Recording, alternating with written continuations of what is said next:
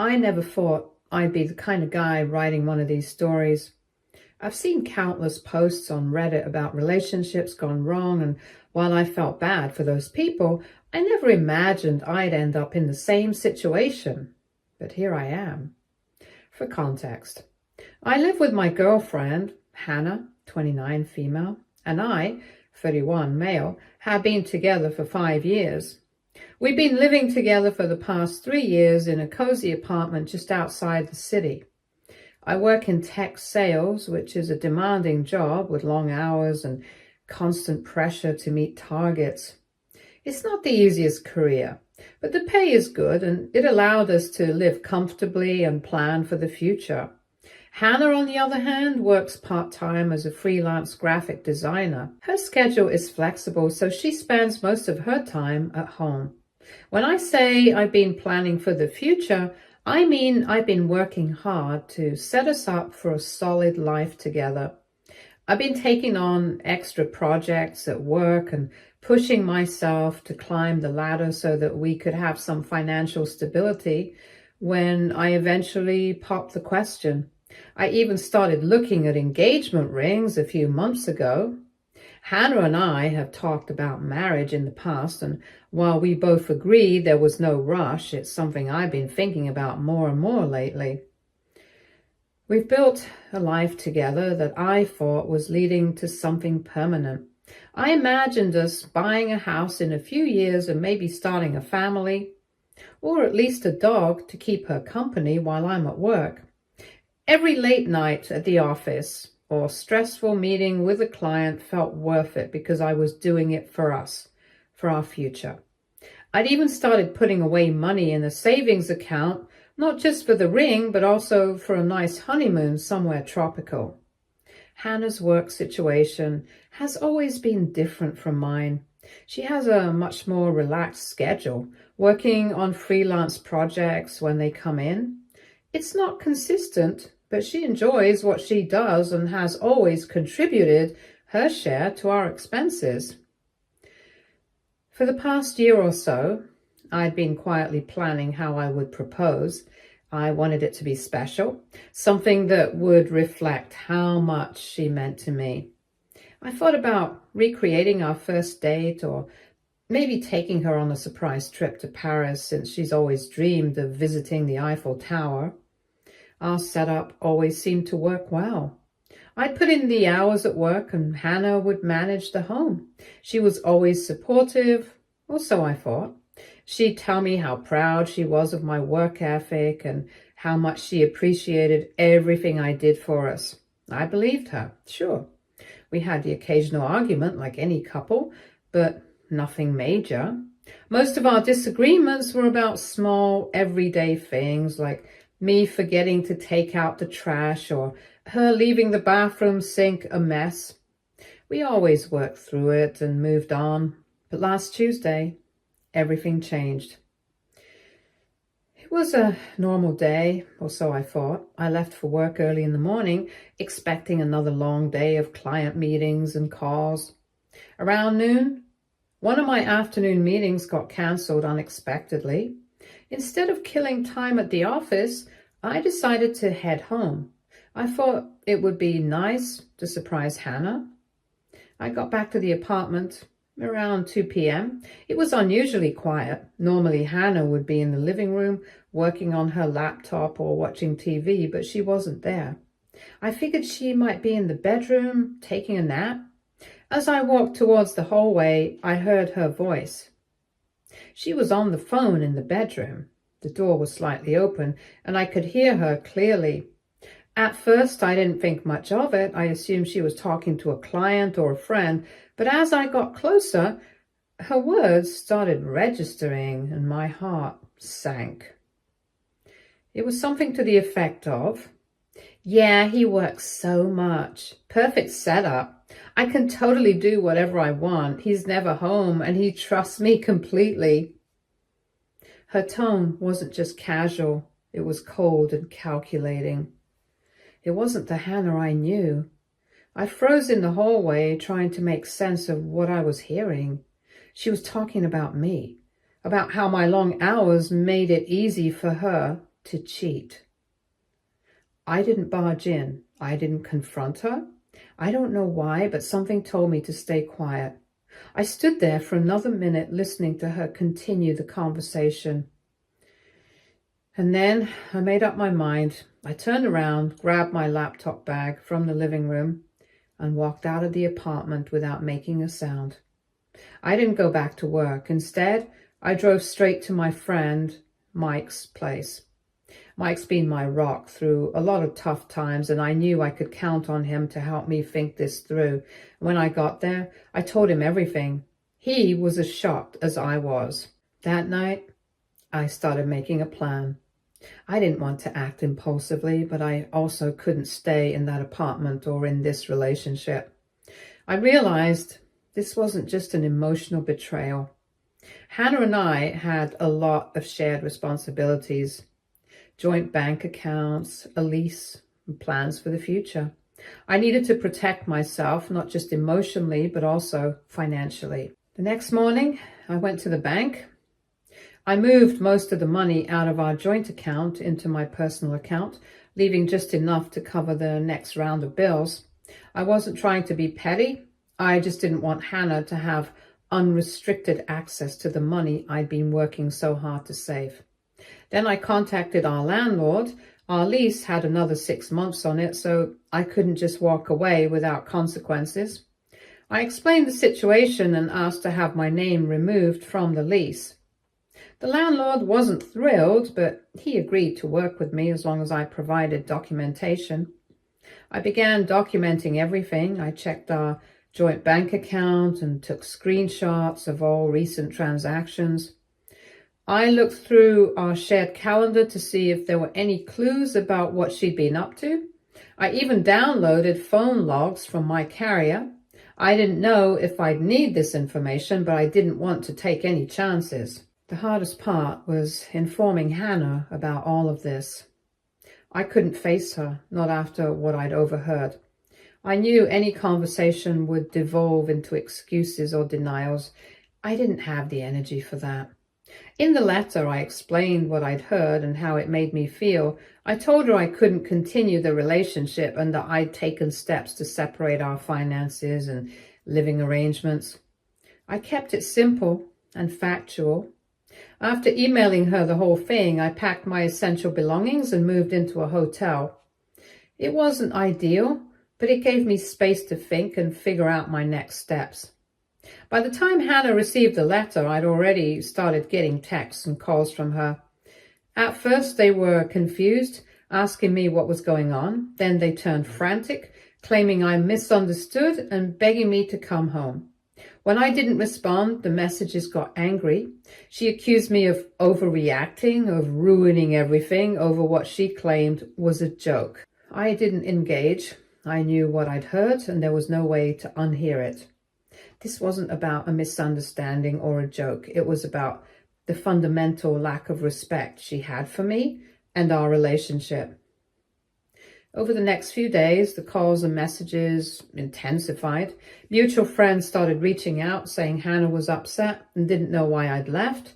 I kept my responses vague, not wanting to air our dirty laundry, but it was clear she was spinning a different version of the story to anyone who would listen. The only call that really caught me off guard was from Hannah's mom. She accused me of overreacting and demanded I come back to work things out. I kept it polite but firm, explaining that I wasn't willing to discuss the matter with her. That brings me to today. It's been a few days since she would have received the letter, and I've been getting bombarded with texts and calls from her. I haven't answered any of them. She's freaking out, saying she doesn't know what I'm talking about and that I'm overreacting. I haven't responded because, frankly, I don't believe her. I know what I heard. I've always thought of myself as a logical person, someone who makes decisions based on reason rather than emotion, but this has shaken me to my core. Did I do the right thing by leaving and taking immediate action?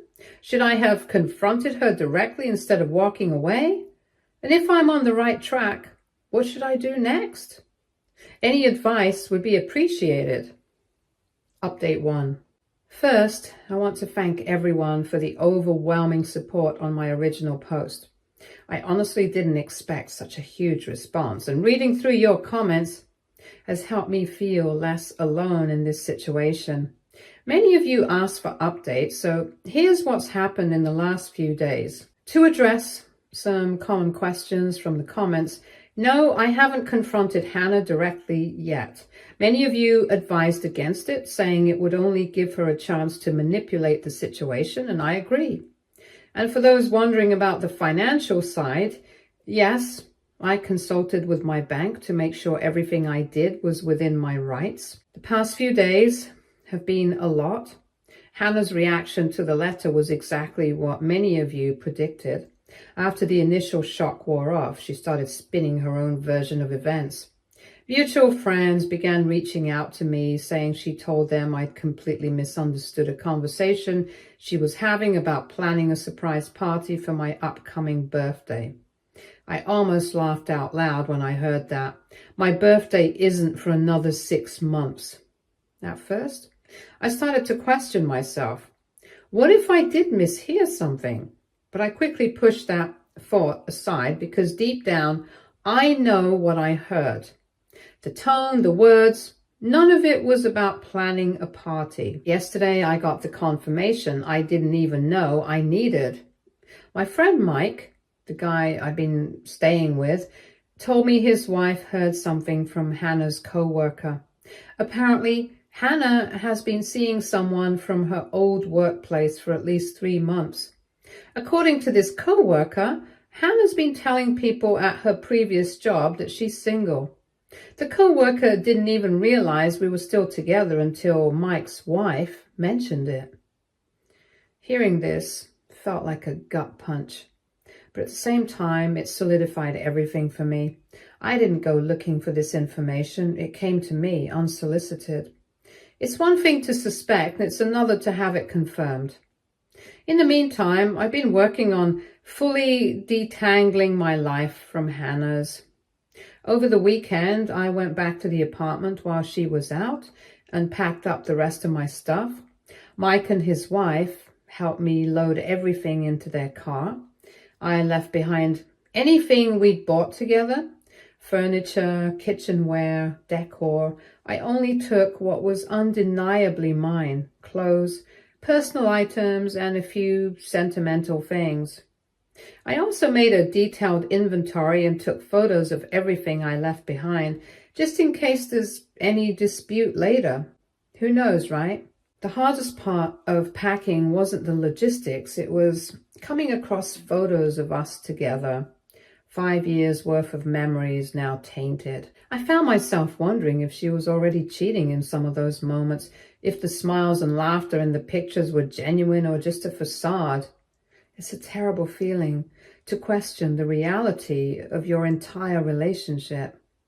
Hannah's latest strategy has been to minimize what happened. She sent me long, rambling texts insisting that it was just a conversation and that nothing physical ever happened. Even if that were true, which I doubt, the intent was clear in what I overheard. It wasn't the words of someone who respected me or our relationship. Many of you commented that emotional cheating is just as damaging as physical cheating, and I couldn't agree more. I've also started therapy, which was suggested by a lot of you. My therapist has been helping me process everything without letting anger or bitterness consume me. We've been focusing on why the betrayal of trust hurts even more than the idea of her being with someone else. It's not just the act. It's the complete disregard for my time, effort, and faith in her. For those asking about the next steps, I'm taking things one day at a time. I thought about reaching out to a lawyer, not because I expect a legal battle, but just to make sure all my bases are covered. I don't want any surprises down the line. Hannah hasn't stopped trying to contact me. Her messages have ranged from apologetic to defensive to downright accusatory. It's like she's cycling through all the possible tactics to get me to engage. But I've stayed firm. I know what I heard, and I know what I've learned since. There's no going back from this. Thank you to everyone who's offered support, advice, or just shared your own experiences. Knowing I'm not alone in this has made all the difference. I'll keep you updated as things progress. And for now, I'm focusing on myself, my work, and building a life that feels solid and honest. Update 2. Thank you all for the continued support and messages. Your advice and shared experiences have helped me navigate this difficult time more than I can express. I have some significant updates to share with you since my last post because I know it's been a while. To address some common questions, yes, I'm still in therapy, and it's been a game changer for me. The sessions are helping me process everything and focus on myself instead of the chaos Hannah created. No, I haven't broken my no contact rule with her, and I have no intention of doing so. And yes, following some excellent advice here, I checked my credit report, updated all my passwords, and even set up alerts on my accounts. Thankfully, everything looks clean so far. The biggest news came yesterday when I received a text from Tina, Hannah's best friend. She said she needed to talk to me about something important. At first I hesitated. A lot of you warned me about trusting people who were still close to Hannah, and honestly, I wasn't sure what her motives were. Tina and I had always been friendly, but she was Hannah's best friend, and loyalty is a powerful thing. Still, something about her message felt different, urgent, almost. After some thinking, I decided to meet her at a coffee shop downtown. What Tina told me confirmed everything I feared, and then some. She started by saying she had been struggling with whether or not to tell me for weeks. Then she dropped the bomb. Hannah had been cheating on me for months, maybe even longer. Tina explained that she didn't know about the current guy, but she started noticing changes in Hannah's behavior a while ago. She became more secretive, glued to her phone, and often canceled their Friday meetups. That was strange because their Friday hangouts were practically a tradition. At first, Tina thought maybe Hannah was stressed or overwhelmed with work, so she didn't think much of it. But about 2 months ago, Tina accidentally saw something she couldn't ignore. While they were out together, Hannah left her phone on the table for a moment. A notification popped up, a message from someone clearly not just a friend. Tina didn't mean to pry, but when Hannah saw her looking, she panicked and grabbed the phone, which only made Tina more suspicious. Eventually, Tina confronted her, asking outright if she was seeing someone else. Hannah admitted she'd met someone on a dating app. Tina was shocked, especially because she knew how serious Hannah and I were. She urged Hannah to either end things with me or, at the very least, be honest about what was going on. Hannah's response? She shrugged it off, saying she'd handle the situation when it comes to it. Hearing those words felt like a punch to the gut. It wasn't just the betrayal of the cheating, it was the utter lack of respect for me or for the relationship we'd built over 5 years. She wasn't caught in a moment of weakness or guilt-ridden about what she was doing. This was deliberate, calculated, and worst of all, casual. Tina didn't stop there. She went on to share more that I hadn't known before. She said this wasn't the first time Hannah had cheated. Apparently, in one of her previous relationships, Hannah had done the same thing. Back then, she had framed it as a mistake, something she regretted deeply and swore she'd never do again. Tina admitted she believed her at the time, chalking it up to a rough patch in Hannah's life. But seeing her repeat the same pattern now made her realize it wasn't a one-time thing. It was a behavior.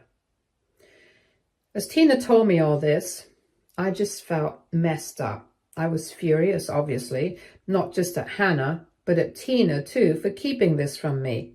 If she'd known about Hannah's history, why hadn't she warned me sooner? Why let me invest 5 years of my life in someone who had already shown she wasn't trustworthy? But as I looked at her sitting there, visibly distressed and even tearing up at one point, it was hard to stay angry. Tina admitted she didn't come forward earlier because she didn't want to betray her friend. She thought Hannah would eventually do the right thing and tell me herself or end the affair. But when she saw how broken I was after everything came to light, she realized she couldn't stay silent anymore. She told me that as much as she cared about Hannah, she couldn't support what she was doing to me. It's hard to explain what that moment felt like. On one hand, I was relieved to finally have answers. The gut feeling I'd had, the late nights lying awake wondering if I was imagining things, it was all validated. But on the other hand, it hurt more than I expected. Knowing that Hannah could do something like this and feel no urgency to come clean made me question everything about our relationship. Tina also told me she'd be willing to back me up if I ever needed proof of what she'd seen. She apologized for not telling me sooner and said that she understood if I was upset with her. I told her I appreciated her honesty, even if it came later than I would have liked. The fact that she risked her friendship with Hannah to tell me the truth said a lot about her character, and I couldn't ignore that. After our conversation, I went back to Mike's place and just sat in silence for a long time.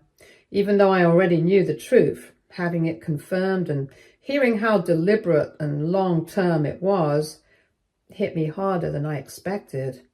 I kept replaying moments from our relationship, trying to pinpoint when it all went wrong, seeing red flags I had ignored or rationalized at the time. Since my meeting with Tina, Hannah's attempts to contact me have become increasingly desperate. Somehow she found out that Tina and I talked. Now her messages swing between anger at Tina for betraying her and pleading with me to give her a chance to explain. She still hasn't admitted to anything directly, which tells me all I need to know. She's more upset about being exposed than she is about the hurt she caused. The fallout has been wider than I expected. Several mutual friends have reached out, some with their own observations about Hannah's behavior.